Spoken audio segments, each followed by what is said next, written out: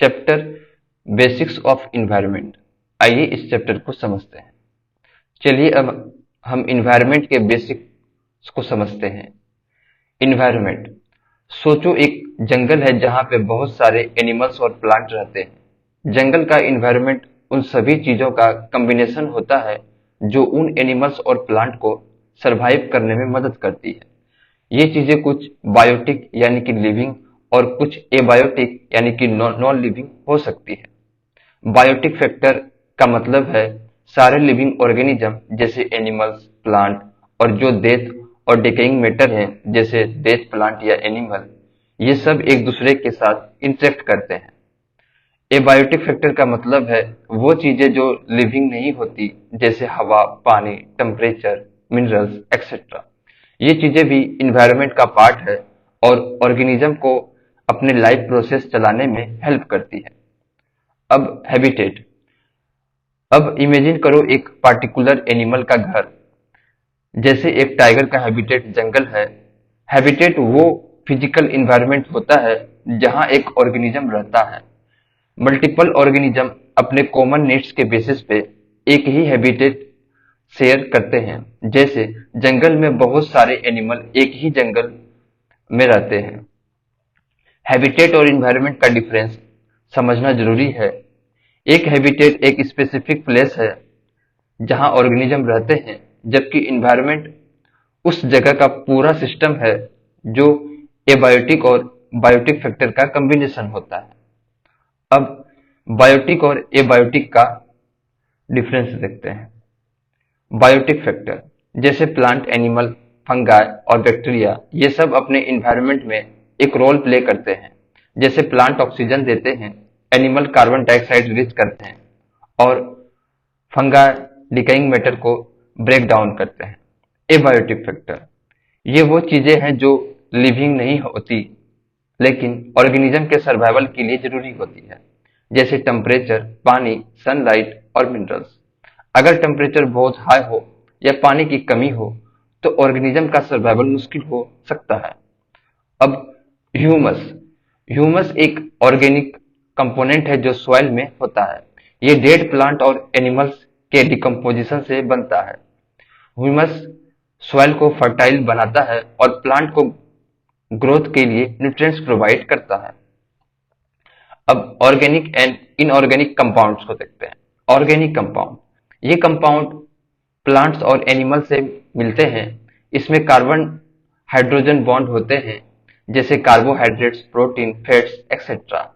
Inorganic compound, ये compounds mineral से मिलते हैं और इनमें कार्बन हाइड्रोजन बॉन्ड नहीं होते जैसे वाटर, सॉल्ट, मिनरल्स। अब लिमिटिंग फैक्टर को देखते हैं। लिमिटिंग फैक्टर वो चीज होती है जो एक पॉपुलेशन के साइज को लिमिट करती है। जैसे अगर एक फॉरेस्ट में फूड कम हो तो एनिमल का पॉपुलेशन ग्रो नहीं कर पाएंगे। Limiting factor competition, food scarcity, water availability और सैलिनिटी हो सकती है। अब कुछ की टर्म्स को देख लेते हैं। इन्वायरमेंट, बायोटिक और एबायोटिक फैक्टर का कॉम्बिनेशन जो ऑर्गेनिज्म के सर्वाइवल को सपोर्ट करता है। हैबिटेट, वो फिजिकल इन्वायरमेंट जहां ऑर्गेनिज्म रहते हैं। बायोटिक, लिविंग ऑर्गेनिज्म और उनका decaying matter. Abiotic, non living factor जैसे temperature, water, minerals. Humus, organic matter जो सॉइल में होता है, प्लांट और एनिमल के डिकम्पोजिशन से बनता है। Organic compound, carbon hydrogen bond वाले कंपाउंड जो प्लांट्स और एनिमल से मिलते हैं। इनऑर्गेनिक कंपाउंड, मिनरल से मिलने वाले कंपाउंड जो कार्बन हाइड्रोजन बॉन्ड नहीं रखते। लिमिटिंग फैक्टर, वो फैक्टर जो पॉपुलेशन को ग्रोथ करने से रोकता है। चलिए अब इकोसिस्टम के बारे में समझते हैं। इकोसिस्टम, सोचो एक छोटा सा पॉन्ड यानी कि तालाब है जिसमें पानी, प्लांट्स, फिश और छोटे इंसेक्ट हैं। ये सब चीजें एक दूसरे से इंटरेक्ट कर रही है। पानी का टेम्परेचर, सनलाइट और ऑक्सीजन लेवल सभी ऑर्गेनिज्म के सर्वाइवल को इन्फ्लुएंस करते हैं। ये जो पूरा सिस्टम है जहां लिविंग और नॉन लिविंग चीजें एक दूसरे से इंटरेक्ट करती है उसे हम इकोसिस्टम कहते हैं। इकोसिस्टम का मतलब है नेचर का एक फंक्शनल यूनिट जहां लिविंग ऑर्गेनिज्म अपने आसपास के फिजिकल इन्वायरमेंट के साथ इंटरेक्ट करते हैं। इस इंटरेक्शन के थ्रू एनर्जी एक्सचेंज होता है और एलिमेंट साइक्लिंग यानी कि जैसे कार्बन नाइट्रोजन का साइकिल होता है। अब कंपोनेंट्स ऑफ इकोसिस्टम को देखते हैं। इकोसिस्टम के दो मेजर कंपोनेंट होते हैं, biotic component, living component. Abiotic component मतलब नॉन लिविंग कंपोनेंट। अब बायोटिक कंपोनेंट को देखते हैं। ये वो चीजें हैं जो लिविंग होती है, जैसे प्लांट। ये प्राइमरी प्रोड्यूसर होते हैं जो अपना खाना फोटोसिंथेसिस के थ्रू बनाते हैं। प्लांट सनलाइट से एनर्जी लेते हैं और मिनरल्स को अपने रूट्स से एब्जॉर्ब करते हैं। एनिमल, ये कंज्यूमर होते हैं जो प्लांट या दूसरे एनिमल को खाते हैं। ह्यूमंस, हम सभी एनिमल की तरह कंज्यूमर हैं और हम भी इकोसिस्टम का पार्ट हैं। अब एबायोटिक कंपोनेंट, ये वो चीजें हैं जो लिविंग नहीं होती लेकिन इकोसिस्टम में उनका भी रोल होता है, जैसे एयर में ऑक्सीजन और कार्बन डाइऑक्साइड एनिमल और प्लांट के लिए जरूरी होते हैं। वाटर, सभी लिविंग ऑर्गेनिज्म को पानी चाहिए होता है। सॉइल, मिनरल, सनलाइट, टेम्परेचर, ये सब चीजें प्लांट और एनिमल के ग्रोथ और सर्वाइवल को इफेक्ट करती है। अब बायोटिक कंपोनेंट्स के टाइप को देखते हैं। बायोटिक कंपोनेंट को हम दो मेजर कैटेगरी में डिवाइड कर सकते हैं। प्राइमरी प्रोड्यूसर यानी कि ऑटोट्रॉफ्स, ये वो ऑर्गेनिज्म होते हैं जो अपने खाने को सनलाइट और नॉन लिविंग सोर्सेस जैसे मिनरल्स से बनाते हैं। इन्हें सेल्फ नॉरिशिंग भी कहा जाता है। Green plants, bacteria and cyanobacteria यानी कि ब्लू ग्रीन अलगी जो फोटोसिंथेसिस करते हैं वो प्राइमरी प्रोड्यूसर होते हैं। एक्वाटिक इकोसिस्टम में माइक्रोस्कोपिक अलगी यानी कि प्लैंक्टन्स प्राइमरी प्रोड्यूसर होते हैं। अब कंज्यूमर्स, हेटेरोट्रॉफ्स, ये वो ऑर्गेनिज्म होते हैं जो अपना खाना प्रोड्यूस नहीं कर सकते और दूसरे लिविंग ऑर्गेनिज्म यानी कि प्लांट या एनिमल्स पे डिपेंड करते हैं। कंज्यूमर को दो टाइप में डिवाइड किया जाता है, माइक्रो कंज्यूमर और मैक्रो कंज्यूमर। मैक्रो कंज्यूमर को देखते हैं। ये बड़े ऑर्गेनिज्म होते हैं जो दूसरे ऑर्गेनिज्म को खाते हैं। हार्बीवोर्स, ये प्राइमरी कंज्यूमर होते हैं जो मेनली प्लांट खाते हैं, जैसे रेबिट्स और शिप। सेकेंडरी कंज्यूमर, ये प्राइमरी कंज्यूमर को खाते हैं, जैसे wolf, dogs, snakes. Tertiary consumer, ये सेकेंडरी और प्राइमरी कंज्यूमर दोनों को खाते हैं, जैसे लायन, ईगल और स्नेक्स। ओमनिवोर्स, ये प्लांट और एनिमल दोनों को खाते हैं, जैसे ह्यूमंस, बियर। अब माइक्रो कंज्यूमर, ये छोटे ऑर्गेनिज्म होते हैं जो ऑर्गेनिक मैटर या डेड ऑर्गेनिज्म को खाते हैं, जैसे फेगोट्रॉप्स, ये टाइनी ऑर्गेनिज्म होते हैं जो ऑर्गेनिक मैटर को इंजेक्ट करते हैं। ऑस्मोट्रॉप्स, ये ऑर्गेनिज्म डिसॉल्व ऑर्गेनिक मैटर को ऑस्मोसिस के थ्रू एब्जॉर्ब करते हैं। सेप्रोट्रॉप्स या डिकम्पोजर्स, ये बैक्टीरिया और फंगाई होते हैं जो डेड ऑर्गेनिक मैटर को डिकम्पोज करते हैं और एनर्जी लेते हैं, जैसे मशरूम। डेट्रीवोर्स, ये अर्थवर्म्स और सॉइल ऑर्गेनिज्म होते हैं जो डेड ऑर्गेनिक मैटर को फीड करते हैं और डिकम्पोजिशन में मदद करते हैं। अब कुछ की टर्म्स को देख लेते हैं। इकोसिस्टम, नेचर का फंक्शनल यूनिट जहां लिविंग और नॉन लिविंग चीजें इंटरेक्ट करती है। बायोटिक कंपोनेंट, लिविंग ऑर्गेनिज्म जैसे plant, animal, humans etcetera.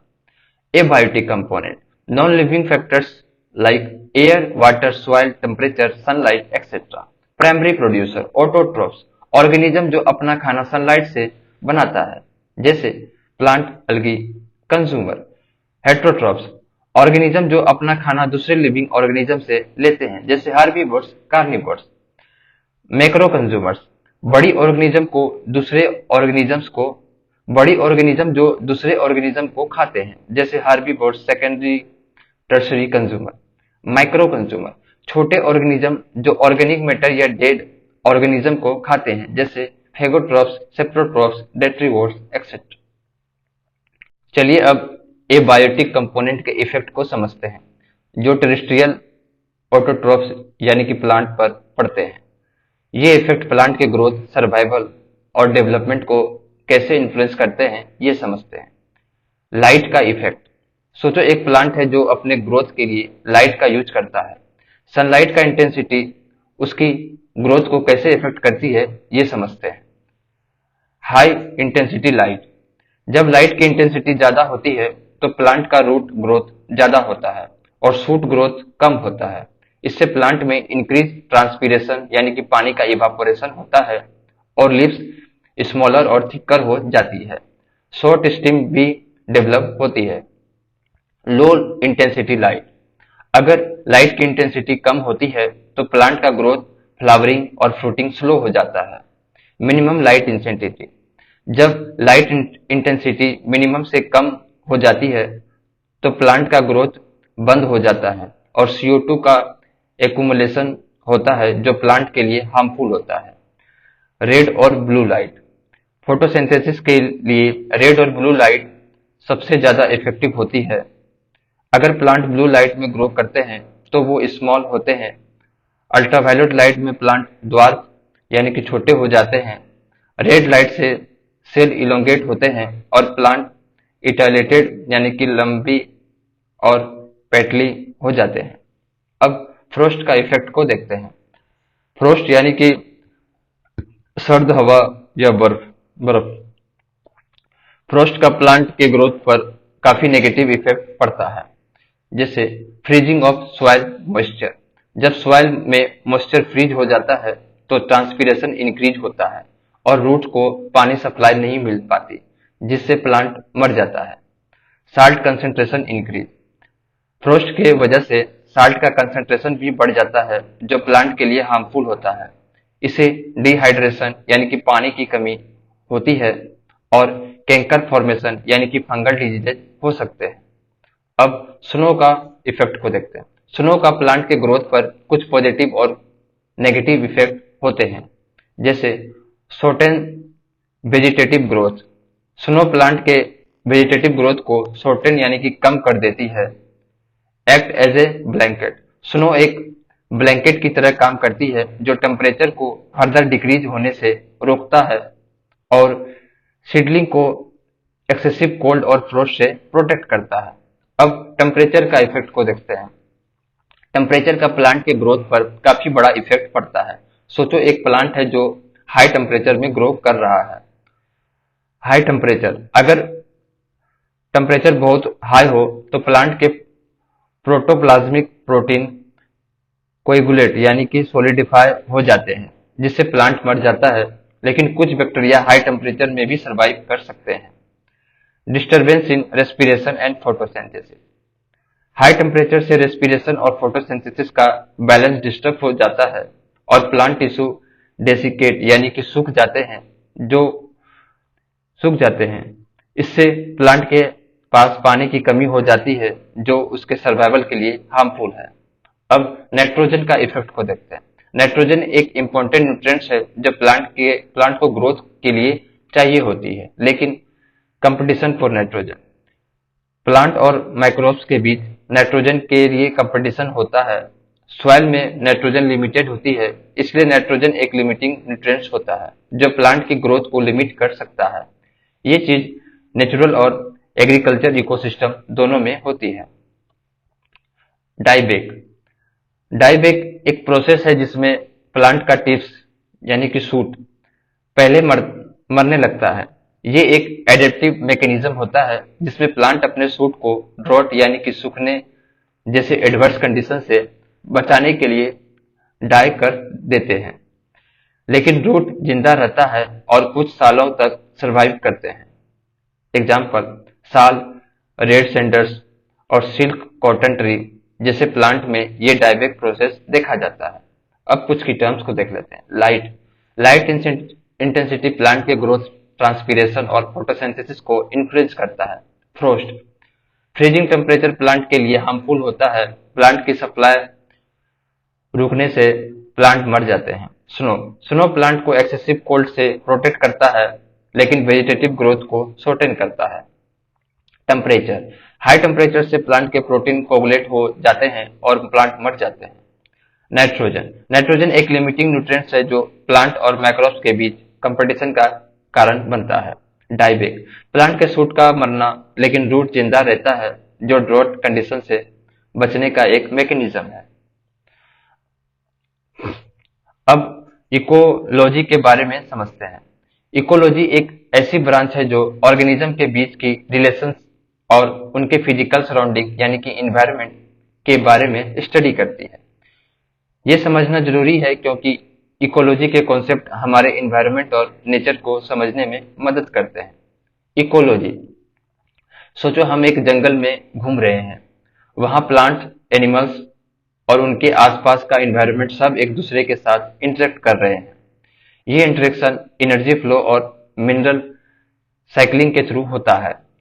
Ecology का काम ये समझना है कि ऑर्गेनिज्म अपने इन्वायरमेंट के साथ कैसे इंटरेक्ट करते हैं और एक दूसरे के साथ कैसे रिलेशनशिप बनाते हैं। इकोलॉजी के स्टडी के अंदर हम individuals, populations, communities, ecosystem, biomes और बायोस्फीयर को समझते हैं। ये सब इकोलॉजिकल ऑर्गेनाइजेशन के डिफरेंट लेवल हैं। अब लेवल्स ऑफ इकोलॉजिकल ऑर्गेनिज्म हम देखते हैं कि इकोलॉजी का स्ट्रक्चर कैसे काम करता है, यानी किस लेवल पर ऑर्गेनिज्म को स्टडी किया जाता है। जैसे इंडिविजुअल और स्पीसीज। इंडिविजुअल, एक ऑर्गेनिज्म जो अपने आप में इंडिपेंडेंट होता है, जैसे एक इंडिविजुअल लायन या एक इंडिविजुअल ट्री। स्पीसीज, एक स्पीसीज वो ग्रुप होता है जिसमें सिमिलर इंडिविजुअल्स होते हैं जो आसपास में जीन्स एक्सचेंज कर सकते हैं, यानी कि इंटरब्रीडिंग कर सकते हैं। जैसे होमोसेपियंस ह्यूमंस एक स्पीसीज है। स्पीसीज टेक्सोनॉमी के बेसिक यूनिट है, मतलब जब हम ऑर्गेनिज्म को क्लासिफाई करते हैं तो हम उन्हें स्पीसीज के लेवल तक डिफाइन करते हैं। अब पॉपुलेशन एक कम्युनिटी ऑफ इंटरब्रीडिंग ऑर्गेनिज्म जो एक डिफाइन एरिया में रहते हैं और एक स्पेसिफिक टाइम पीरियड तक इंटरेक्ट करते हैं। जैसे एक जंगल में टाइगर पॉपुलेशन या एक लेक में फिश पॉपुलेशन। अब कम्युनिटी, जब एक स्पेसिफिक एरिया में एक ही स्पीसीज के ऑर्गेनिज्म एक दूसरे के साथ इंटरब्रीड करते हैं तो वो एक कम्युनिटी बनाते हैं। ये community usually dominant plant form के नाम पर होती है, जैसे ग्रासलैंड कम्युनिटी जो मेनली ग्रासेस से डोमिनेट होती है, लेकिन वहां हर्ब ट्रीज भी हो सकते हैं। अब मेजर कम्युनिटी, ये लार्ज साइज और रिलेटिवली इंडिपेंडेंट होती है, जो अपने आप को सिर्फ सन्स एनर्जी से सस्टेन करते हैं, जैसे tropical evergreen forest. Minor community, ये मेजर कम्युनिटी के अंदर सेकेंडरी एग्रीगेशन होती है जो एक दूसरे के साथ डिपेंडेंट होती है। इन्हें सोसाइटी भी कहा जाता है, जैसे एक लाइकेन का मेट जो काउ डंग पर पेड़ पर होता है। स्टेबल कम्युनिटी, ये एक ऐसी कम्युनिटी होती है जिसमें प्रोडक्टिविटी हर साल ज्यादा चेंज नहीं होती। ये कम्युनिटी रिजलायंट होती है, मतलब जब भी कोई डिस्टरबेंस यानी कि नेचुरल या ह्यूमन मेड होता है तो ये अपने आप को रिकवर कर लेती है। अब इकोसिस्टम, ये इकोलॉजी का स्ट्रक्चरल और फंक्शनल यूनिट है जहां लिविंग ऑर्गेनिज्म एक दूसरे के साथ इंटरेक्ट करता है और अपने सराउंडिंग इन्वायरमेंट के साथ भी इंटरेक्ट करते हैं, जैसे एक लेक इकोसिस्टम या एक फॉरेस्ट इकोसिस्टम। बायोम्स, ये एक लार्ज जियोग्राफिकल एरिया होता है जहां डिस्टिंक्टिव प्लांट्स और एनिमल ग्रुप होते हैं जो अपने स्पेसिफिक इन्वायरमेंट के लिए एडेप्टेड होते हैं, जैसे ट्रॉपिकल रेन फॉरेस्ट, डेजर्ट या टुंड्रा। अब बायोस्फीयर, ये अर्थ का वो रीजन है जहां लाइफ एग्जिस्ट करती है। ये रीजन अर्थ के सरफेस, एबव सरफेस यानी कि एटमॉस्फेयर और बिलो सरफेस यानी कि ओशियन फ्लोर तक होता है। ये वो एरिया है जहां लिविंग ऑर्गेनिज्म अपने लाइफ लीड करते हैं। अब कुछ की टर्म्स को देख लेते हैं। इंडिविजुअल, एक ऑर्गेनिज्म जो अपने आप में इंडिपेंडेंट होते हैं। स्पेसीज, एक ग्रुप ऑफ सिमिलर ऑर्गेनिज्म जो इंटरब्रीड करते हैं। पॉपुलेशन, एक एरिया में एक स्पेसीज के ऑर्गेनिज्म का ग्रुप। कम्युनिटी, एक एरिया में एक स्पेसीज के ग्रुप जो एक दूसरे के साथ इंटरब्रीड करते हैं। इकोसिस्टम, जहां लिविंग ऑर्गेनिज्म और उनके इन्वायरमेंट के बीच इंटरेक्शन होता है। बायोम, लार्ज जियोग्राफिकल एरिया जहां स्पेसिफिक प्लांट्स और एनिमल ग्रुप होते हैं। बायोस्फीयर, अर्थ का वो रीजन जहां लाइफ एग्जिस्ट करती है। अब इकोलॉजिकल नीड के बायोम, इकोटोन, इकोक्लाइन और एज इफेक्ट के बारे में समझते हैं। ये कॉन्सेप्ट इकोलॉजी में काफी इंपॉर्टेंट होते हैं। इकोलॉजिकल नीश, सोचो हर ऑर्गेनिज्म का अपना एक यूनिक रोल होता है अपने इन्वायरमेंट में, जैसे हर एक पर्सन का अपना रोल होता है एक टीम में। इकोलॉजिकल नीश एक स्पीशीज का वो फंक्शनल रोल है जो वो अपने हैबिटेट या इकोसिस्टम में प्ले करते हैं। निश का मतलब है पोजीशन और रोल। जैसे एक लायन का रोल जंगल में प्रेडेटर का होता है, वैसे हर स्पीशीज का अपना रोल होता है। कंपटीशन, अगर दो स्पीशीज एक ही हैबिटेट में रहते हैं और उनका निश सेम होता है तो वो एक दूसरे से compete करेंगे। ये कंपटीशन इतना ज्यादा हो सकता है कि एक स्पीशीज दूसरे को डिस्प्लेसमेंट यानी कि एक्सटिंक्ट कर सकते हैं। अब टाइप्स ऑफ निश को देखते हैं। हैबिटेट निश, ये वो जंगल है जहां एक स्पीशीज रहती है। फूड निश, ये वो चीज है जो एक स्पीशीज खाती है या जो डिकम्पोज करती है और किस स्पीशीज के साथ वो compete में होती है। रिप्रोडक्टिव निश, ये वो समय और तरीका है जिसमें स्पीशीज रिप्रोड्यूस करती है। फिजिकल और केमिकल निश, जैसे टेम्परेचर, लैंड शेप, ह्यूमिडिटी और अदर फिजिकल रिक्वायरमेंट। निश का नॉलेज हमें कंजर्वेशन में मदद करता है, क्योंकि हम समझ सकते हैं कि एक स्पीशीज को सरवाइव करने के लिए किस टाइप के एनवायरनमेंट की जरूरत है। अब बायोम को देखते हैं। बायोम एक लार्ज जियोग्राफिकल एरिया होता है जो अपनी वेजिटेशन, सॉइल, क्लाइमेट और वाइल्ड लाइफ से पहचाना जाता है। जैसे एक लार्ज कम्युनिटी का एरिया होता है, वैसे ही बायोम एक लार्ज एरिया है जो एक स्पेसिफिक क्लाइमेट और हैबिटेट कंडीशन के साथ रिलेटेड होता है। 5 मेजर्स बायोम है। एक्वाटिक, पानी से रिलेटेड इकोसिस्टम जैसे ocean, lake, rivers. Grassland, large open area जहां ग्रासेस डोमिनेट होती है जैसे प्रेरीज। फॉरेस्ट, डेंस एरिया जहां ट्री होते हैं जैसे tropical rain forest.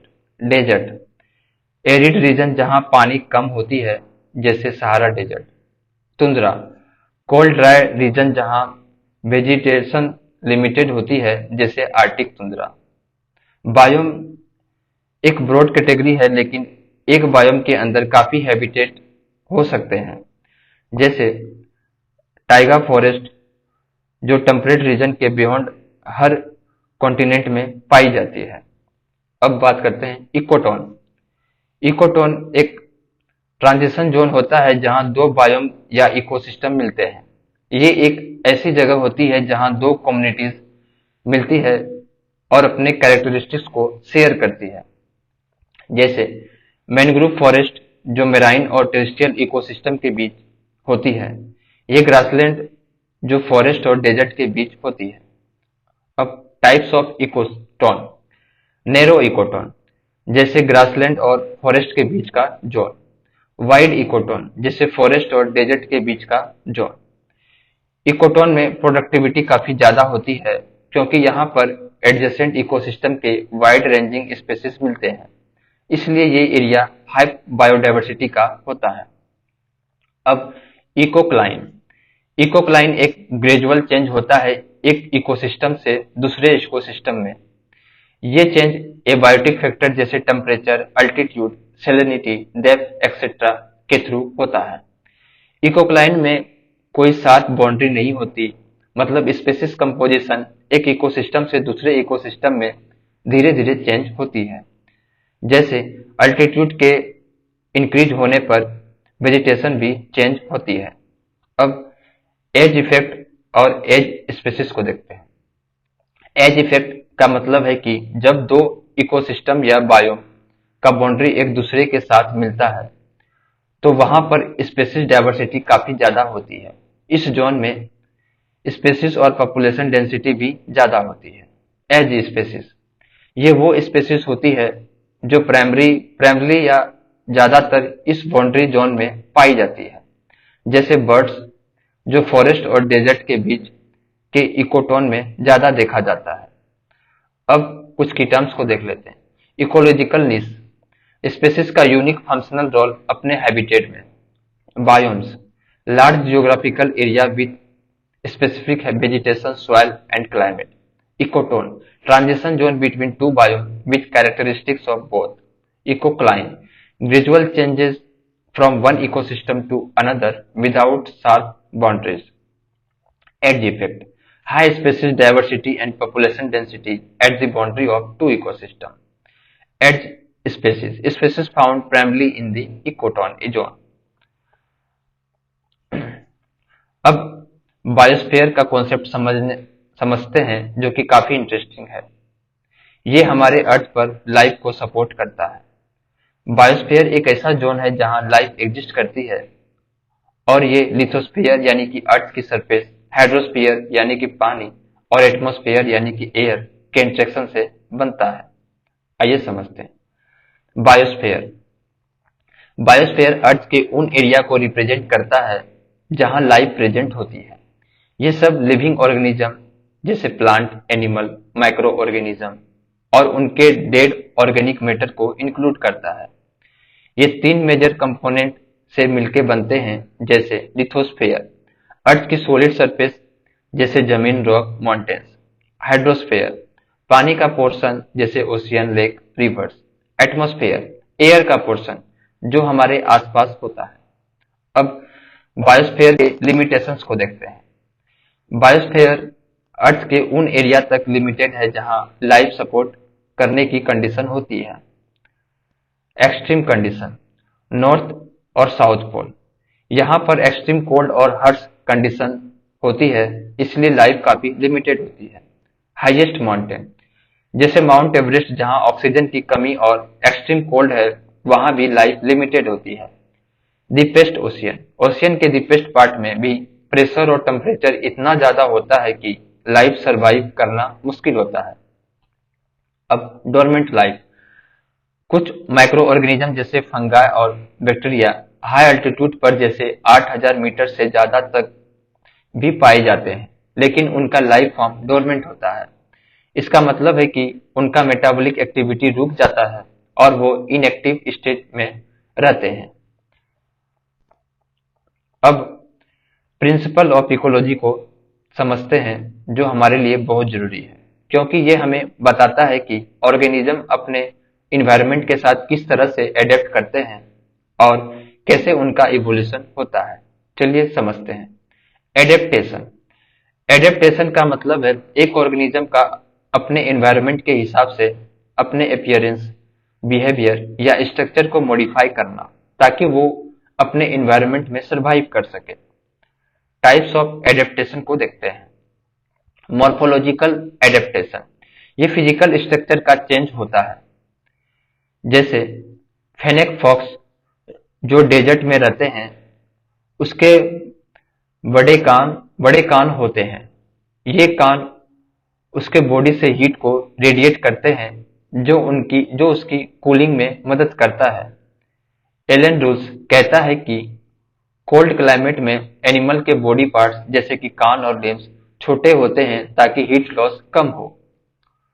Physiological adaptation, ये इंटरनल बॉडी फंक्शन का चेंज होता है, जैसे वेनोमस एनिमल जैसे स्नेक अपने प्रे को मारने के लिए या अपने आप को प्रोटेक्ट करने के लिए पॉइजन प्रोड्यूस करते हैं। बिहेवियरल एडेप्टेशन, ये ऑर्गेनिज्म के बिहेवियर में चेंज होते हैं, जैसे हाइबरनेशन एक सर्वाइवल टेक्निक है जो कुछ एनिमल जैसे बेड्स, बियर और रोडेंट विंटर के दौरान फॉलो करती है। इसमें वो अपनी बॉडी एक्टिविटी को स्लो कर देते हैं ताकि एनर्जी सेव कर सके। अब वेरिएशन को समझते हैं। वेरिएशन का मतलब है कि एक स्पेसिस के अंदर जेनेटिक चेंजेस होती है जो उनके फिजिकल ट्रेट को बदलते हैं। ये चेंजेस कुछ रीजन की वजह से होती है, जैसे म्यूटेशन, क्लाइमेट चेंज या जियोग्राफिकल बैरियर से। एग्जाम्पल देखते हैं। अलग अलग एथनिक ग्रुप में स्किन कलर या हेयर टाइप का फर्क देखने को मिलता है, ये वेरिएशन का एग्जाम्पल है।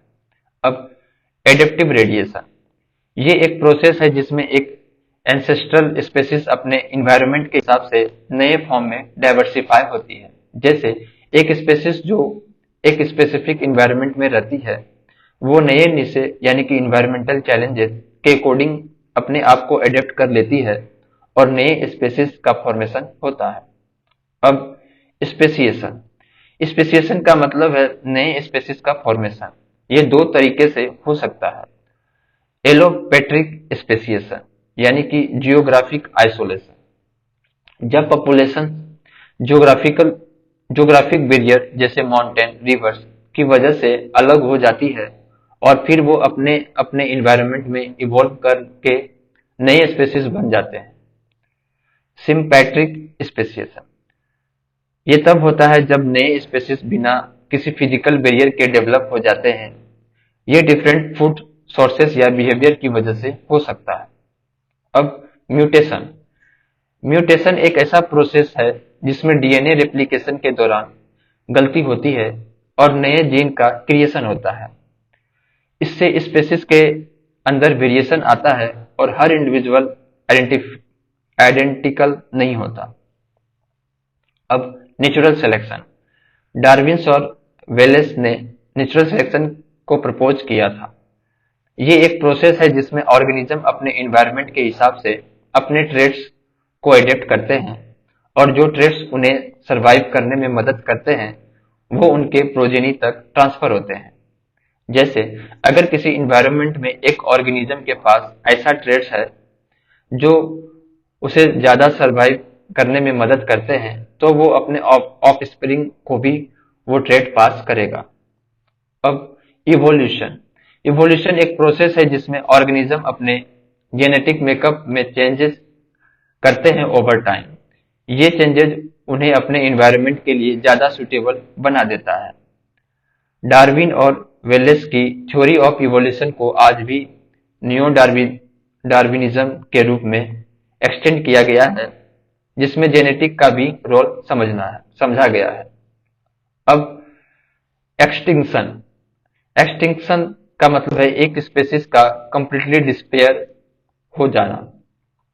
ये mostly environmental changes, biological competition या inability to adapt fast enough के वजह से होता है। करंट एक्सटिंक्शन क्राइसिस को देखते हैं। आज हम सिक्स्थ मास एक्सटेंशन के दौरान है जो मोस्टली ह्यूमन इंड्यूस है।